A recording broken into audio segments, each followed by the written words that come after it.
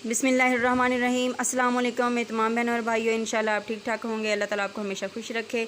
आज मैं दूध की सेवइयाँ बना रही हूँ क्योंकि ईद आने वाली है, तो ये वाली डिश बनाएं। ये बहुत आसान और बिल्कुल सिर्फ 2.5-3 मिनट में ही तैयार हो जाती है। तो यहाँ पर मैंने लिया है 3 चम्मच देसी घी।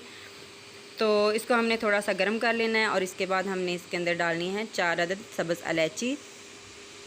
इसको हमने सिर्फ तब तक फ्राई करना है जब तक इसकी इलायची की खुशबू निकल आए।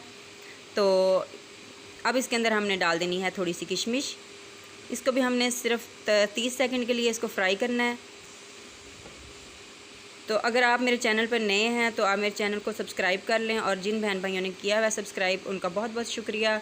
तो यहाँ पे ये फ्राई हो चुकी हैं। अब मैंने जो सेवइयाँ थी बारीक सेवइयाँ ली हैं, इनको मैंने बिल्कुल छोटा छोटा तोड़ लिया था और इसको हमने सेवइयों को डाल के हल्की आंच पे फ्राई करना है।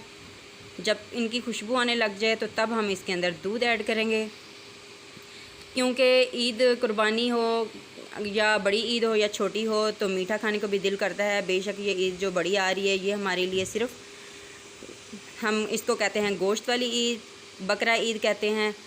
तो यहाँ पे मैंने जो दूध है ये गर्म हुआ है दूध, तो वो मैंने इसके अंदर डाल दिया है।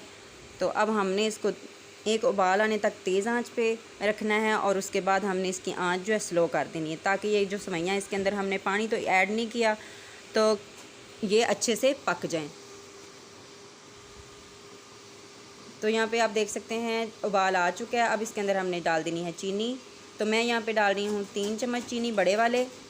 तो आप अपने टेस्ट के हिसाब से कम या ज़्यादा भी डाल सकते हैं। थोड़ी सी बादाम की गिरियाँ। तो अब हमने आंच जो है धीमी कर देनी है।